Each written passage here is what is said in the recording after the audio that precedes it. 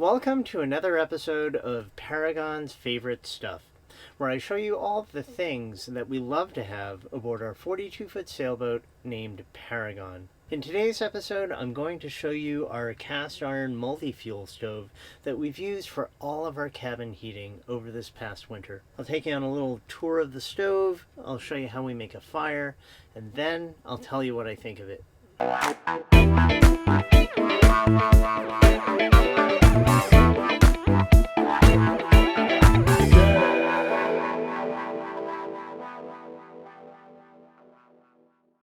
This stove is made by a company in the United Kingdom called Salamander stoves. It's called the Hobbit. But before we got this stove, we had a different cast iron stove called the Little Cod, which we used for over 13 years for all of our cabin heating. If you'd like to see a video about that stove, there's a link in the description.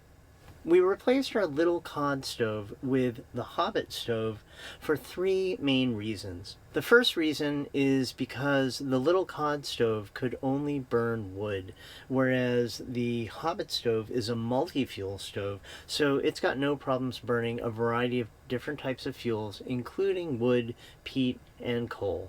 We really wanted that option because depending on where we sail to, different fuels might be preferable to use. For example, in some places, like in Iceland, we were able to heat the boat all winter long with scrap wood that we got for free from a carpentry shop. And in other places, wood was really scarce, but coal was readily available. Coal burns a lot hotter and for a lot longer than the same volume of wood, so we can store a lot more heating fuel in our lockers if we use coal. The second reason we chose to switch to the Hobbit stove was because it's a DEFRA approved stove. This means that the stove meets UK government standards, which limit the amount of smoke that can be emitted from the chimney. Some larger towns and cities in the United Kingdom are designated as smoke control areas, and in those places it's actually illegal to use a wood-burning stove that's not DEFRA approved.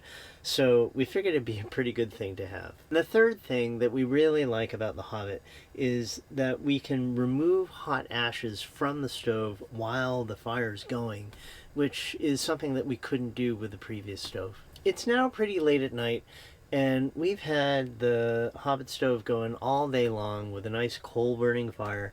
The temperature outside of the boat is below freezing, but inside it's toasty warm. I'm going to go to bed soon, but before I do, I'm going to close off all three of the air control vents on the stove. The air control vents are used to adjust the burn rate of the fuel, and if you close all the vents, then the fire will eventually go out completely. There are three air controls on the Hobbit stove. This dial, and then these two levers down here that you move left and right. The dial is the primary air control. It directs air into the base of the fire from underneath. You turn it counterclockwise to open it up, and you turn it clockwise to close it down. So I'll close the primary completely. On the right side of the stove, there's an air wash control lever. When this vent is open, it directs air inside the firebox to flow down the inside of the glass and onto the fire. You move it to the right to open it all the way up, and you move it to the left to close it, like this. Finally, on the left side of the stove, there's what's called the tertiary air control. When this vent is open, it directs air from the back side of the stove up and over the fire. You move it to the right to open it up like this, and to the left to close it down. The manual for the stove recommends that you use these three air controls differently, depending on whether you're burning wood or coal, as I'll show you tomorrow morning when we make a fire.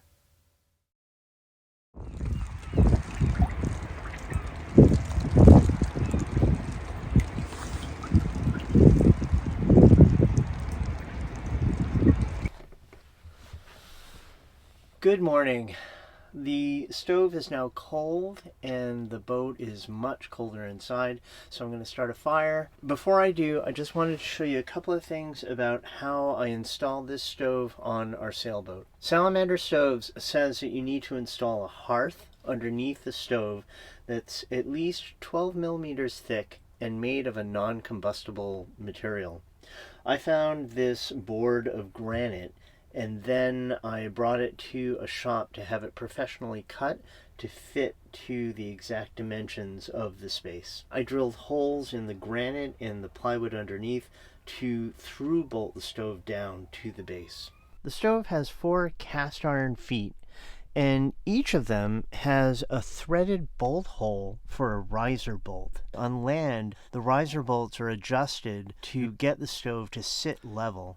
But on our boat, I used those threaded holes in the feet to through bolt them to the granite and the plywood base underneath. Even with the 4 feet through bolted down, I was still a little worried that the feet might not be strong enough to prevent the 50-kilogram stove from toppling over in extremely heavy weather offshore. The last thing I want to worry about in a storm is if anything down below in the cabin is going to break apart and go flying, especially something this heavy. So I modified the stove by drilling 3 holes in the base and then using them to through bolt the stove down further with these 16 millimeter bolts. They are massive. And I also used very large washers underneath the granite and the plywood to hold the bolt down. And now I am very confident that no matter what happens, no matter what kind of storm we get into, even if the boat went upside down, this stove isn't going to go anywhere. You can see that the glass is dirty from yesterday's fire, so I'm going to start by cleaning it. To do that, I'm going to use newspaper, put a little bit of water on the newspaper, dab the wet newspaper in some ashes, and then use it to clean the glass. Some people don't recommend using ashes to clean the window because they say that it'll scratch the glass. But I used this method on our previous stove for 13 years, and I think it worked just fine. Next, I'll use this little shovel that came with the stove to sweep all the ashes in the firebox down through the grate.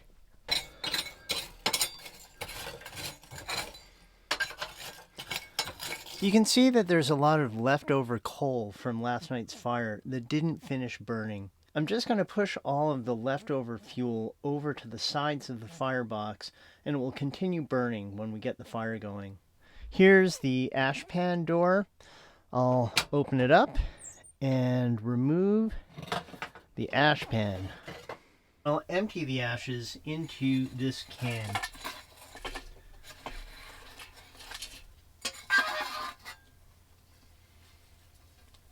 There's also this tool for if the fire's going and the stove's hot and the ash pan's hot, you can use the tool to take the ash pan out like that. One thing that makes that a little easier is using this tool to pull this little lever right here.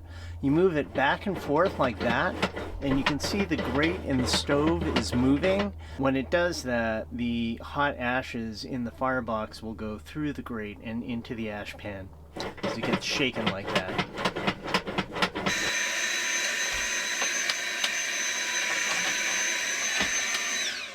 This Dyson rechargeable vacuum cleaner is one of the best things I ever got for the boat. I use it to vacuum the floors just about every day. You have to start the fire by either using highly flammable firelighter bricks or newspaper. I usually just use newspaper. Just put a bunch of crumpled up newspaper in the firebox. And then on top of the newspaper, I will put in a few of these wooden kindling sticks, some larger pieces on top. Now I'll light the newspaper.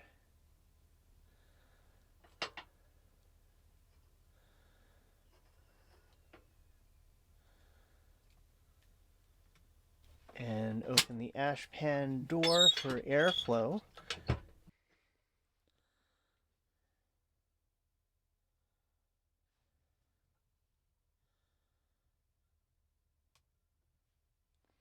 One thing that I love about burning wood is that the flames are bigger and look a lot nicer than when you're burning just coal. But while the wood flames look nicer, coal does burn a lot hotter and lasts a lot longer than wood. Now that the wood's burning well, I'm going to add some coal on top of it. We keep our coal in this convenient container. I usually put a bunch of coal on this shovel and then throw it all in there.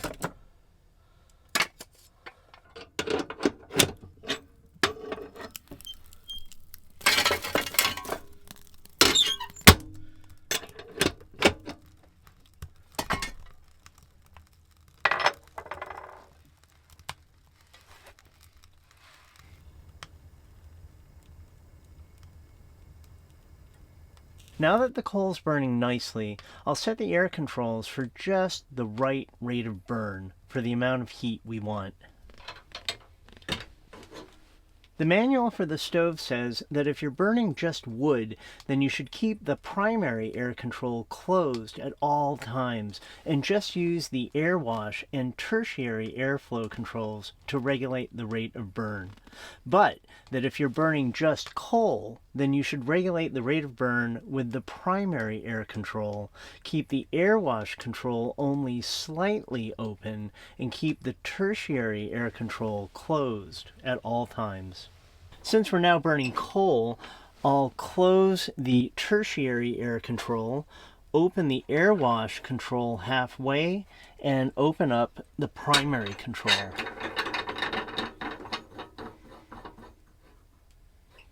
And that's how I make a coal fire in the Hobbit stove. It's the beginning of another cold winter's day out here in the Western Isles of Scotland, and Paragon's cabin is now starting to get toasty warm. The amount of coal that I put in there will probably burn just fine for several hours before I'll need to add more. This fan didn't come with the stove. It's actually a gift from a good friend. It converts the heat to electricity to power the motors for the fans, and it does a great job of circulating the air in the cabin. For right now, I'm going to move fans over here, and I'm going to put the kettle on for my next cup of coffee. You can get the Hobbit stove with the chimney coming out of the top, like ours, but also they sell a version where the chimney can come out of the back of the stove and then go up from there. And I wish we had enough room behind the stove to have that version. Then we would have had a lot more space on the top for cooking. But even with the version that we got with the chimney coming out of the top, there's still enough room for the kettle, and also we've got a little omelet pan that works really well on top. I'll show you that next. Time for coffee.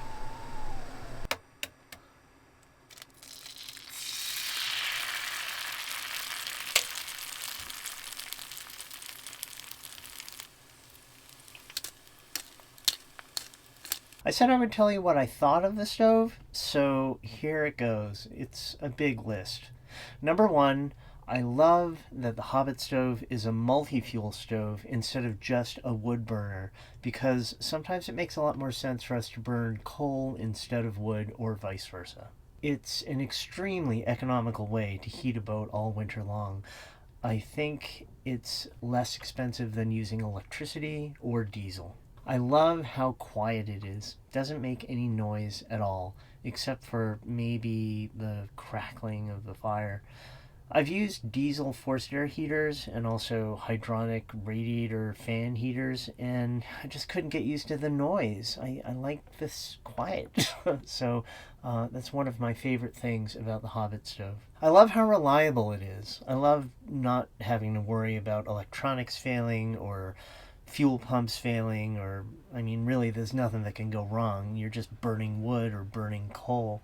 I was actually kind of traumatized many years ago during one of the coldest winters in Boston when I was running a diesel forced air heater that failed. in the middle of like the coldest night of the year practically. It took many weeks for me to take the heater out and ship it to a company that could repair it, and then they had to send it back, and then I had to reinstall it. And during that time I actually didn't have any heating on the boat and was pretty miserable. So in 14 years of using wood burners and now this multi-fuel stove, it's never failed. It can't fail. You're just burning wood. So I love that. I love how on the Hobbit we can control the rate of burn with the airflow controls. Usually we get a huge roaring fire going with wood or peat or coal, and then we damp the controls down so that the fuel will burn as slow as possible and last as long as possible and maintain the perfect amount of heat coming out of the stove to keep the cabin toasty warm.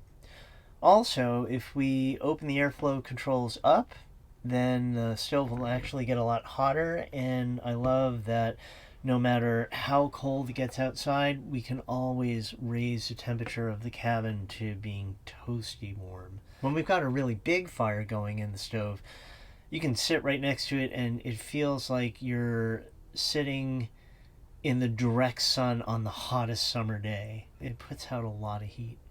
I love that the Hobbit has an air wash control to keep the glass window clean. Our previous stove didn't have an air wash, and the glass always got really, really dirty, and by the end of the night you probably couldn't even see the flames at all. The Hobbit doesn't keep the glass 100% clean, but it does a much better job than our previous stove did. I like how the Hobbit's made of cast iron instead of steel, because cast iron retains heat for a lot longer than steel does, so when the fire starts to die out, the stove stays hot for longer before we have to get the fire going again. I love that the Hobbit has an ash pan that you can use to remove the hot ashes while the fire's going. We couldn't do that on our previous stove. I love not having to rely on electricity or diesel for cabin heating or maybe even for cooking. As long as we can go out and get wood, we can heat this boat. And I think that is just another thing that kind of makes us a little more ready for the zombie apocalypse, which I think is kind of badass. Finally, I think it's beautiful. I think the stove itself is beautiful, and I think watching the flames behind the perfect sized glass window is it's just fantastic. I love the fire.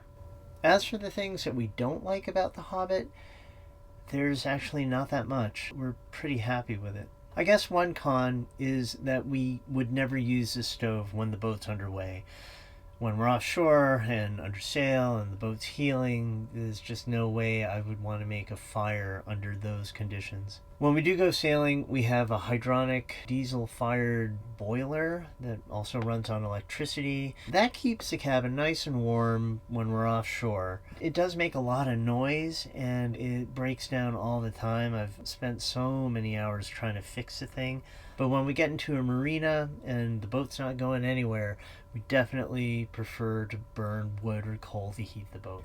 Another con might be that you always get ashes around the stove and have to clean it up. That's why I love that vacuum cleaner so much, because it makes it really quick and easy. But just to keep in mind, a part of using a multi-fuel stove is that you have to clean the ashes that accumulate around the stove area. I hope you enjoyed checking out our stove. If you did, please give us a like. Stay tuned for next week. We're going to make a video showing you how we really do up movie night on Paragon. See you in the next one.